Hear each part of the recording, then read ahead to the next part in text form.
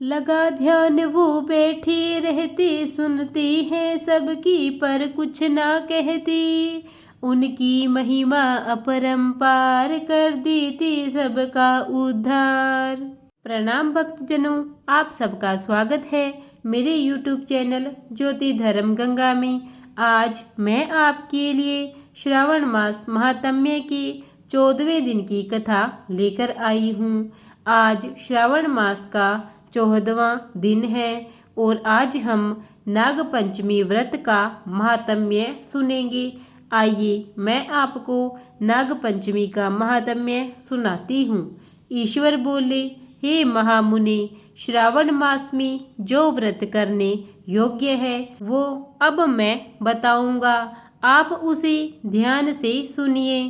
चतुर्थी तिथि को एक बार भोजन करें और पंचमी को नक्त भोजन करें। स्वर्ण, चांदी, काष्ठ अथवा मिट्टी का 5 फणों वाला सुंदर नाग बनाकर पंचमी के दिन उस नाग की भक्तिपूर्वक पूजा करनी चाहिए। द्वार के दोनों ओर गोबर से बड़े बड़े नाग बनाएं और दधी, शुभ दुर्वाकरों, कनेर, मालती, चमेली, चंपा के फूलों, गंधों, अक्षतों, धूपों तथा मनोहर दीपों से उनकी विधिवत पूजा करें। उसके बाद ब्राह्मणों को घृत, मोदक तथा खीर का भोजन कराएं।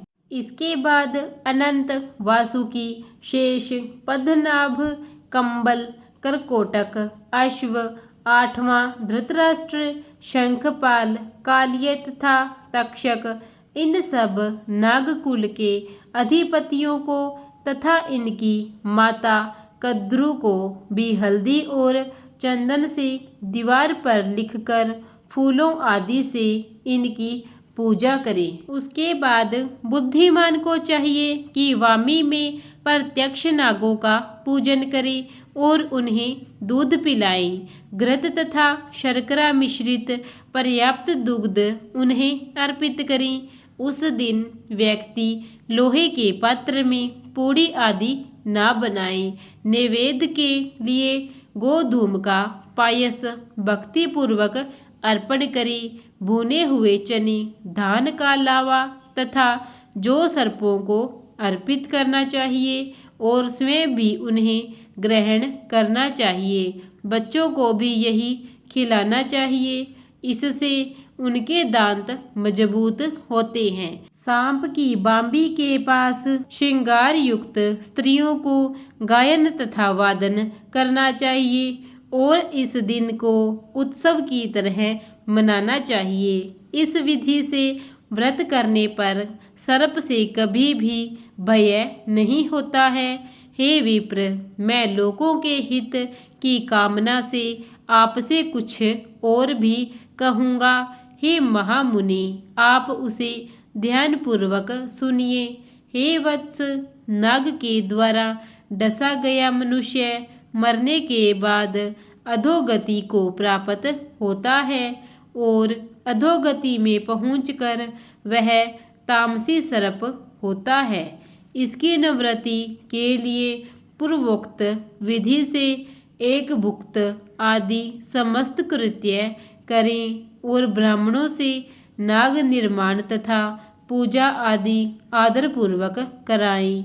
इस प्रकार 12 मासों में प्रत्येक मास में शुक्ल पक्ष की पंचमी तिथि को इस व्रत का अनुष्ठान करें और वर्ष के पूरा होने पर नागों के निमित्त ब्राह्मणों तथा सन्यासियों को भोजन कराएं। किसी पुराण ज्ञाता ब्राह्मण को रत्न जड़ित स्वर्णमय नाग और सभी उपस्करों से युक्त तथा बछड़े सहित गऊ का दान दें। दान के समय सर्वव्यापी, सर्वगामी, सब कुछ प्रदान करने वाले अनंत नारायण का स्मरण करते हुए यह कहना चाहिए, हे गोविंद, मेरे कुल में अगर कोई व्यक्ति सर्पदंश से अधोगति को प्राप्त हुए हैं, वे मेरे द्वारा किए गए व्रत तथा दान से मुक्त हो जाएं। ऐसा उच्चारण करके अष्टयुक्त तथा श्वेत चंदन मिश्रित जल वासुदेव के समक्ष भक्तिपूर्वक जल में छोड़ दें। हे मुनिसतम, इस विधि से व्रत के करने पर उसके कुल में जो सभी लोग सर्प के काटने से भविष्य में मृत्यु को प्राप्त होंगे या पूर्व में मर चुके हैं, वे सब स्वर्ग गति प्राप्त करेंगे। साथ ही हे कुलनंदन, इस विधि से व्रत करने वाला अपने सभी वंशजों का उद्धार करके अप्सराओं के द्वारा सेवित होता हुआ शिव सानिध्य प्राप्त करता है। जो मनुष्य वित्त शास्त्र से रहित होता है, वही इस व्रत का संपूर्ण फल प्राप्त करता है।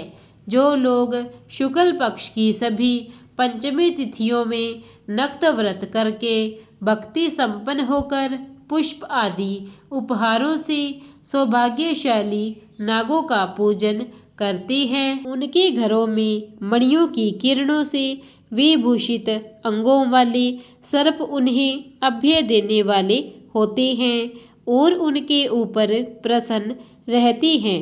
जो ब्राह्मण ग्रह दान का प्रतिग्रह करते हैं, वे भी घोर यातना भोग कर अंत में सर्प योनि को प्राप्त होते हैं। हे मुनिसतम, जो कोई भी मनुष्य नाग हत्या के कारण इस लोक में मृत संतानों वाले अथवा पुत्रहीन होते हैं, और जो कोई मनुष्य स्त्रियों के प्रति कार्पण्य के कारण सर्प योनि में जाते हैं, कुछ लोग धरोहर रखकर उसे स्वयं ग्रहण कर लेते हैं अथवा मिथ्या भाषण के कारण सर्प होते हैं, अथवा अन्य कारणों से जो भी मनुष्य सर्प योनि में जाते हैं, उन सभी के प्रायश्चित के लिए यह उत्तम उपाय कहा गया है। यदि कोई मनुष्य वित्त शाठ्य से रहित होकर नाग पंचमी का व्रत करता है, तो उसके कल्याण के लिए सभी नागों के अधिपति शेष नाग तथा वासुकी हाथ जोड़कर प्रभु श्री हरि से तथा सदाशिव से प्रार्थना करते हैं। तब शेष और वासुकी की प्रार्थना से प्रसन्न हुए परमेश्वर शिव तथा विष्णु उस व्यक्ति के सभी मनोरथ पूर्ण कर देते हैं। वह नागलोक में अनेक प्रकार के विपुल सुखों का उपभोग करने के बाद में उत्तम बैकुंठ अथवा कैलाश में जाकर शिव तथा विष्णु का गण बनकर परम सुख प्राप्त करता है। हे वत्स, मैंने आपसे श्रावण मास की शुक्ल पक्ष की पंचमी के नागों के इस पंचमी व्रत का वर्णन कर दिया है। इसके बाद अब आप अन्य कौन सा व्रत सुनना चाहते हैं, उसे बताइए। इस प्रकार श्री स्कंद पुराण के अंतर्गत ईश्वर संत कुमार संवाद में श्रावण मास महात्म्य में नाग पंचमी व्रत कथन नामक 14वां अध्याय पूर्ण हुआ। कल मैं आपके लिए 15वां अध्याय लेकर आऊंगी।